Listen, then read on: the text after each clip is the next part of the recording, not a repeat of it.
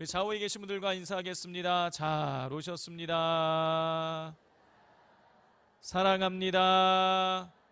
축복합니다. 어른들을 위한 동화를 써서 유명하신 정채봉 씨의 작품 중에 어쩔 수 없는 사람이라는 이 동화가 있습니다. 어느 한 마을에 자기 자신을 잘 믿지 못하는 사람이 있었습니다. 그는 무엇이든지 꼭 메모를 하고 그 메모한 것을 보고 확인해야 마음이 놓이는 사람이었습니다. 어느 날 이 사람이 장에 간다고 아침부터 서둘렀습니다. 부지런히 걷고 또 걸어서 점심 무렵에 장터 입구에 다다를 수가 있었습니다. 그곳에서 이웃 마을에 사는 이서방을 만나게 되었습니다. 이서방이 물었습니다. 장에 뭘 사러 오셨습니까? 이렇게 물었더니 자기를 믿지 못하는 이 사람이 자기의 신발을 가리키면서 이 신발이 이렇게 낡아서 신발을 사러 왔노라고 이렇게 대답을 했습니다. 자, 두 사람은 이렇게 나무 그늘에 앉아서 이런저런 얘기를 나누고 있었는데 갑자기 이 자기를 믿지 못하는 사람이 무릎을 턱 치면서 큰일 났다 그러는 것입니다. 뭐가 큰일 났냐고 물어보았더니 신발 치수를 재어서 적어놓고선 그 종이를 안 갖고 왔다 그러는 거예요. 그래서 누구의 신발 치수입니까? 이렇게 물었더니 누구는 누구 거겠냐고, 내 신발 치수라고 이렇게 이야기하는 거예요. 그래서 너무 어이가 없어갖고 깜짝 놀라고 있는데 이 자기를 믿지 못하는 사람이 자리에서 벌떡 일어나더니 다시 자기 집으로 막 쟁걸음으로 가는 것입니다. 자, 이번에는 이제 마을에 거의 다 도착했을 때에 이번에 마을 사람을 만났어요. 마을 사람이 묻는 것입니다. 아니, 벌써 장에 다녀오시는 겁니까? 이렇게 물었더니 아닐세, 내가 깜빡 잊고 간 것이 있어서 이렇게 급히 돌아오는 것이네. 그래서 뭘 놔두고 왔길래 이렇게 급히 오시는 겁니까? 이렇게 물어보았더니 자기를 믿지 못하는 사람이 글쎄, 내가 장터 이르러 생각해 보았더니 내 신발 치수 적은 종이를 안 가져갔지 뭔가, 이렇게 얘기하는 거예요. 듣고 있던 이 마을 사람이 너무 어이가 없어서 말했습니다.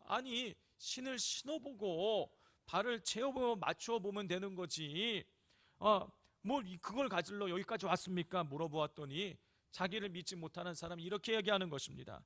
아닐세, 적어놓은 치수가 가장 확실한 것이네. 대답을 들은 이 마을 사람은 더 이상 시비 걸기가 싫어가지고 얼른 그 자리를 떠났습니다. 이 자기를 믿지 못하는 사람은 자기 집에 가서 자기 신발 치수를 재어서 적어놓은 그 종이를 찾아가지고 얼른 장터로 달려갔지만 장은 이미 폐장된 상태였습니다. 성도 여러분, 자기 자신조차도 신뢰하지 못하는 이야기 속의 이 주인공은 불확실성의 시대를 살아가는 오늘날 우리를 상징한다고 볼 수가 있습니다. 오늘날 사람들은 확실한 걸 원합니다. 그런데요, 죽음 말고는요 확실한 것이 아무것도 없다라는 것이죠. 여러분, 이것을 우리가 지난 3년간 코로나를 겪으면서 더욱 뼈저리게 우리는 느꼈습니다. 코로나 초기에 우리는 이렇게 이 질병이 전 세계적으로 퍼져나갈 줄 몰랐어요. 금방 끝날 줄 알았습니다. 그런데 3년이나 갔지요. 어느 누구도 이거 3년씩이나 갈 거라고 예상하지 못했어요. 또 코로나로 인해서 이렇게 수많은 사람들이 죽을 줄도 몰랐습니다. 그냥 몇 명 이렇게 특정 지역에서만 몇 사람 죽고 말 줄 알았는데요, 전 세계적으로 수억 명이나 죽었습니다. 또 코로나만 끝나면 이제 다시 예전으로 돌아갈 수 있을 것이라고 생각을 했지만, 여러분, 요즘 저희 교회 자영업 하시는 분들 제가 만나서 이야기를 하다 보면 코로나 때보다 지금이 더 어렵다는 이야기를 하십니다. 여러분, 이렇게 어려운 상황 속에 우크라이나 러시아 전쟁이 터져서 물가는 급등하고 난방비도 올라가고 전기세도 올라가고 또 터키 지역에서는 수만 명의 사상자가 지진으로 인해서 발생하게 되었어요. 어느 누구도 예상하지 못한 일이에요. 성도 여러분, 이렇게 예상하지 못한 일들이 우리에게 일어나게 되면, 여러분 다시 말해서 우리의 미래가 불확실하게 되면은요, 사람들은요 두려움과 불안에 휩싸이게 됩니다. 그런데 문제는 이런 상황이 죽을 때까지 계속된다는 거예요. 죽기 직전까지 우리는요 우리 앞에 무슨 일이 일어날지 알지 못해요. 그래서 어떻습니까? 늘 우리 마음 한켠에는 불안한 마음, 두려운 마음이 마음 한켠에 자리를 잡고 있는 것이죠. 사람들은 그 두려움과 불안을 해결하기 위해서 나름대로 노력해요. 술도 마시고 여행도 가고 사람도 만나고 만난 음식도 먹으러 다닙니다. 그런데 그런 거 할 때에 잠시 잠깐 그 불안과 두려움을 망각할 뿐이지, 조금만 시간이 지나면은요 그 두려움과 불안이 스물스물 올라온다는 것이죠. 우리 저쪽 끝에 계신 분은 그 지금 난방을 좀 버튼 눌러서 좀 꺼주시면은 감사하겠습니다. 제일 뒤에 우리 하얀색 옷 입으신 여자분, 그거 누르셔서 난방을 꺼주세요. 다들 졸기 직전이에요 지금 막 다.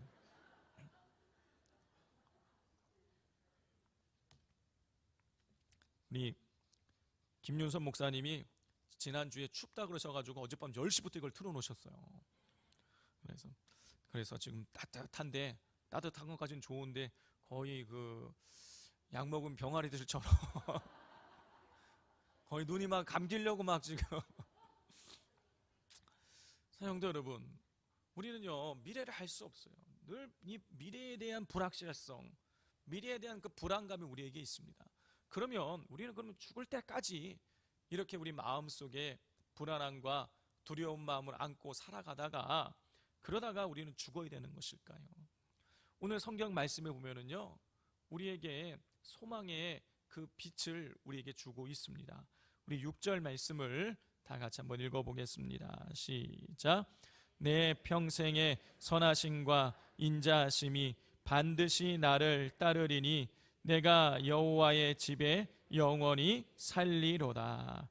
다윗은요 내 평생의 선하심과 인자하심이 나를 따를 것이다 라고 고백하고 있잖아요.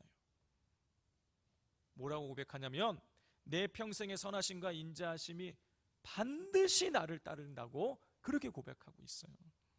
성도 여러분, 이 반드시라는 이 부사가 우리말 성경에는요 중간에 들어가 있지만 히브리어 원문을 보면은요 이 반드시라는 이 단어가요 맨 문장 앞에 나와 있어요. 그러니까 히브리어 원문을 6절을 직역을 해보면 반드시 선하심과 인자하심이 나를 따른다라고 이렇게 기록이 되어져 있는 거예요. 반드시 선하심과 인자하심이 나를 따른다라는 이 다윗의 고백은요, 다윗이 자기가 죽는 날까지 하나님의 선하심과 인자하심이 100% 분명하게 자기와 함께 할 것이라고 확신하고 있다, 그런 뜻이에요. 성도 여러분, 인생에 대해서 우리가 확신할 수 있는 것이 무엇이 있습니까? 아무것도 없어요. 여러분, 죽음 말고는요 우리가 확신할 수 있는 것이 아무것도 없습니다. 그런데 다윗은 자기의 미래에 하나님의 선하심과 인자하심이 100% 분명하게 확실하게 반드시 함께 할 것이라고 그렇게 확신하고 있는 것이에요. 다윗이 이런 확신을 가질 수 있는 이유는 무엇이냐면, 다윗이 그의 인생을 통해서 하나님의 선하심과 인자하심이 함께하는 것을 체험했기 때문인 것이에요.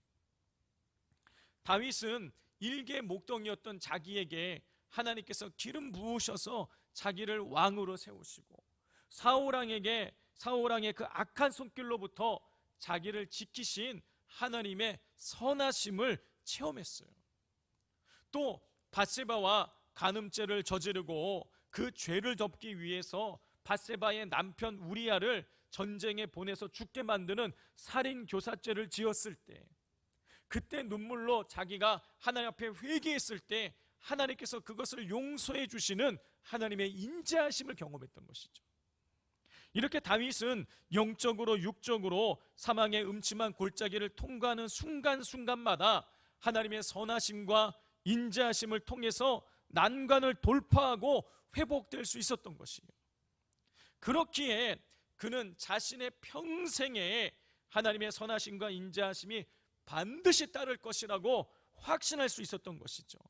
성도 여러분, 양들이 목자의 선한 인도함과 인자한 손길이 없으면 생존할 수 없듯이 우리는 하나님의 선하심과 인자하심이 없이는요 살 수가 없어요.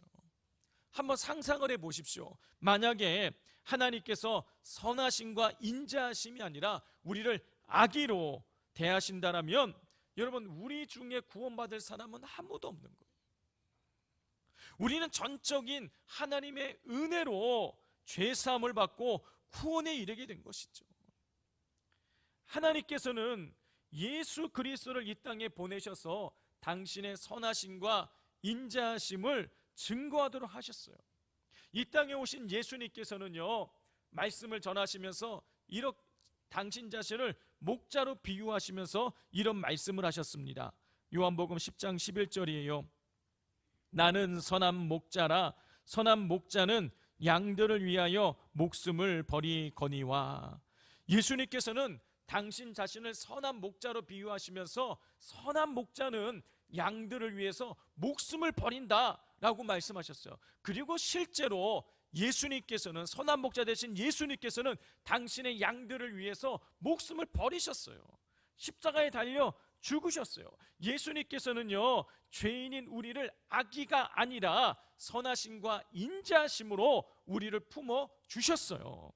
그 결과가 무엇입니까? 우리가 사망에서 생명으로 옮겨지게 된 것이에요.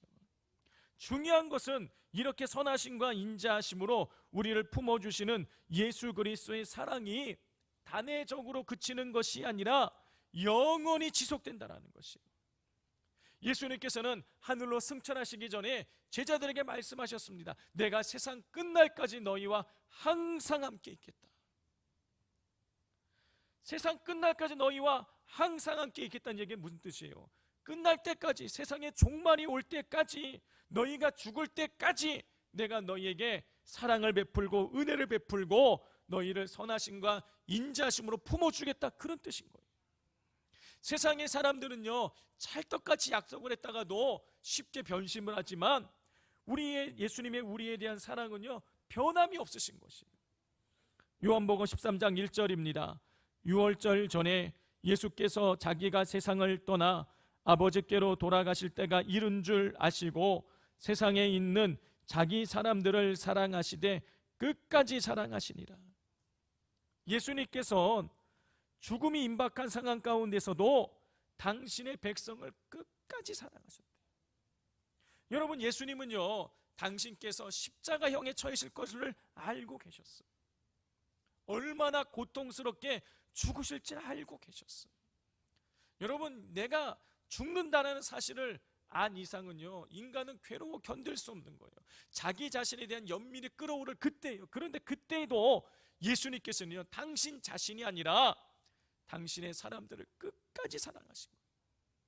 이것을 십자가를 통해서도 확인할 수 있어요. 예수님께서 십자가에 달려 죽으셨을 때에 마지막 말씀이 무엇입니까? 다 이루었다. 테텔레스타이, 내가 너희들의 빚을, 죄값을 다 치루었다 선언하시고 죽으셨어요. 마지막까지도 우리를 사랑하셨어요.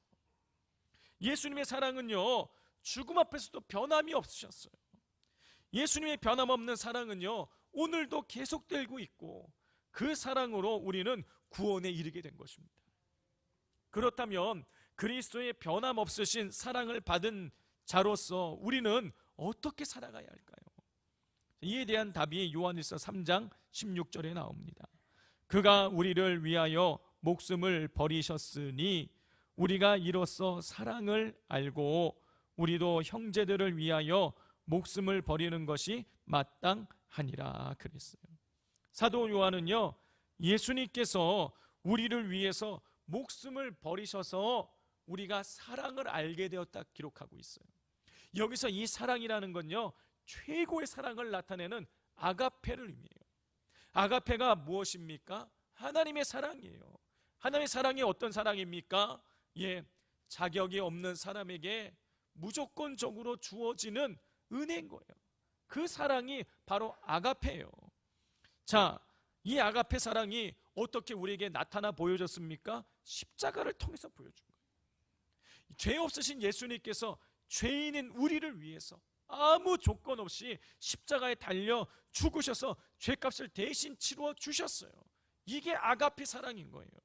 사도 요한은 예수님의 십자가의 사랑을 통해서 사랑받을 자격이 없는 자에게 무조건적으로 부어지는 그 사랑 아가페를 알게 되었다고 고백을 하고 있습니다. 그리고 난 이후에 그 사랑을 받은 자가 어떻게 살아가야 되느냐를 이야기해요. 다시 요한일서 3장 16절입니다. 그가 우리를 위하여 목숨을 버리셨으니 우리가 이로써 사랑을 알고 우리도 형제들을 위하여 목숨을 버리는 것이 마땅하니라. 사도 요한은 예수 그리스도께서 목숨을 버리시는 사랑의 실천을 통해서 성도들이 아가페 사랑을 알게 되었으니, 그 사랑을 체험하게 되었으니, 예수 그리스도의 무조건적인 그 사랑을 경험하게 되었으니, 그 경험한 사람들은 형제를 위하여 목숨을 버리는 것이 마땅하다라고 그렇게 선언하고 있습니다. 그런데 형제를 위하여 목숨을 버리는 본을 보인 사람이 누구입니까? 분이 누구입니까? 예수님이죠. 따라서 형제를 위하여 목숨을 버리라는 것은 예수님께로부터 받은 아가페적 사랑을 실천하라, 그런 뜻이에요. 사도 요한은 요한일서 3장 16절에서 이 아가페적인 사랑을 실천하라고 선언하고 명령하고 난 이후에 그 다음 절 17절 18절에서 어떻게 사랑을 실천해야 될지 구체적인 방법을 알려주고 있습니다. 이렇게 기록되어 있어요. 누가 이 세상의 재물을 가지고 형제의 궁핍함을 보고도 도와줄 마음을 닫으면 하나님의 사랑이 어찌 그 속에 거하겠느냐. 자녀들아, 우리가 말과 혀로만 사랑하지 말고 행함과 진실함으로 하자. 사도 요한은 재물을 가지고 있으면서 형제의 궁핍함을 도와주지 않는다면 하나님의 사랑, 즉 아가페가 그 속에 없다고 선언을 해요. 그러면서 말과 혀가 아니라 행함과 진실함으로 사랑을 실천하라고 촉구하고 있습니다. 성도 여러분, 하나님의 선하심과 인자하심으로 예수 그리스도의 십자가의 사랑을 받은 우리는 받은 그 사랑을 다시 이웃에게 돌려주어야 돼요. 우리에게 흘러온 예수 그리스도의 선하심과 인자하심의 강물을 다른 사람들에게 흘려보내서 다른 사람들이 그리스도의 선하심과 인자하심의 은혜의 강물을 마실 수 있게 해야 되는 거예요. 그것이 하나님의 선하심과 인자하심으로 십자가의 사랑을, 아가페를 경험한 자들이 마땅해야 될 일이라는 것이에요. 산돌교회 성도 여러분, 지난 코로나 3년 동안 우리 산돌교회에 등록하신 새가족분이 130분이 넘습니다. 대면 예배를 드리기 힘든 시기 가운데에 정말 많은 새가족분들이 등록을 하신 것이에요. 제가 이 사실을 다른 목사님들에게 한 번도 이야기한 적이 없는데, 만약에 제가 이 이야기를 한다면요, 아마 우리 산돌교회 성도님들을 칭찬을 많이 하실 거예요. 저도 당연히 많은 새가족분들이 오셔서 참 기뻤습니다. 그런데요, 마음 한켠으로 무거운 마음이 있어요. 왜냐하면 이 130여 명 중에서 정말 예수님을 모르다가 예수님을 믿게 되신 분들은요 5명이 안 되는 거예요. 많은 분들이 등록을 하긴 했지만 정말 예수님을 처음 믿게 되신 분들은요 정말 이 손가락에 꼽을 만한 거예요. 사랑하는 성도 여러분, 예수 그리스도의 십자가의 사랑을 받은 우리는 그 사랑을 실천해야 돼요. 그런데 최고의 사랑의 실천은 뭐냐면 복음을 증거하는 것입니다. 왜냐하면 왜 복음 증거가 최고의 사랑의 실천이냐면 복음을, 생명의 복음을 전함으로 죽어가는 생명을 살릴 수 있기 때문인 것이에요. 성도 여러분, 우주선이 달을 넘어서 화성까지 이르는 이때에 2000년 전에 있었던 예수 그리스도의 십자가의 사건을 전한다는 것은요 어찌 보면 요즘 시대에 맞지 않는 것처럼 보여요. 트렌드가 아닌 것처럼 보여요. 그러나 예수 그리스도의 십자가의 은혜만이 생명을 살리고 죽어가는 영혼을 천국으로 인도할 수 있기에 여러분, 우리는 복음을 전해야 되는 것입니다. 최고의 사랑의 실천은 복음 전도인 것이에요. 그러므로 그리스도의 사랑을 받은 자로서, 아가페를 경험한 자로서 그 아가페적인 사랑을 실천해서 복음을 증거하실 수 있기를 바랍니다. 우리 하나님은요, 단 한 사람도 지옥 가기를 원치 않으세요. 에스겔 18장 23절입니다. 주 여호와의 말씀이니라.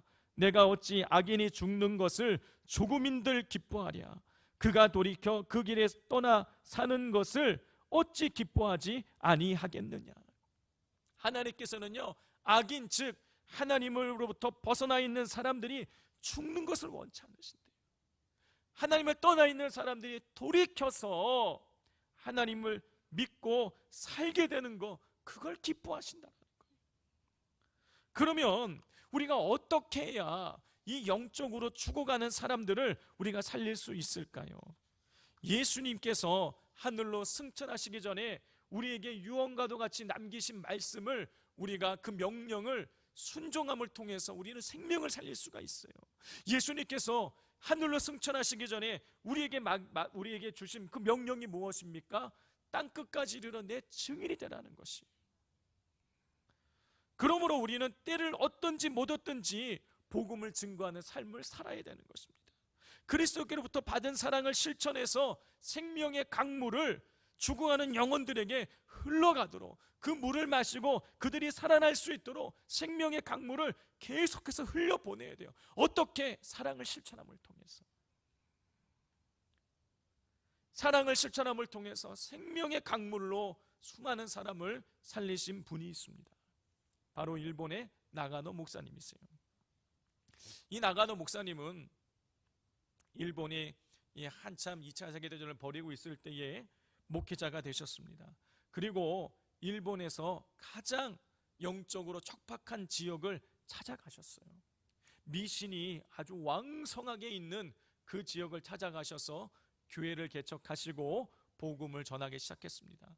지역에 있는 사람들 한 명 한 명을 사랑으로 품었어요. 그런데 5년 동안 단 한 명도 교회를 오지 않는 거예요. 그만큼 영적으로 척박한 곳이었습니다. 그런데 이 나가노 목사님의 그 지역 사회를 향한 그 사랑이 전국에 소문이 나기 시작했어요. 5년이 지난 어느 날 한 청년이 목사님을 찾아오게 되었습니다. 목사님은 이 5년 만에 교회에 처음 찾아온 그 청년을 따뜻하게 맞이해주고 그리고 저녁 식사를 같이 하게 되었습니다. 그런데 저녁 식사를 할 때에 이 청년이 핏덩이를 토해내는 거예요.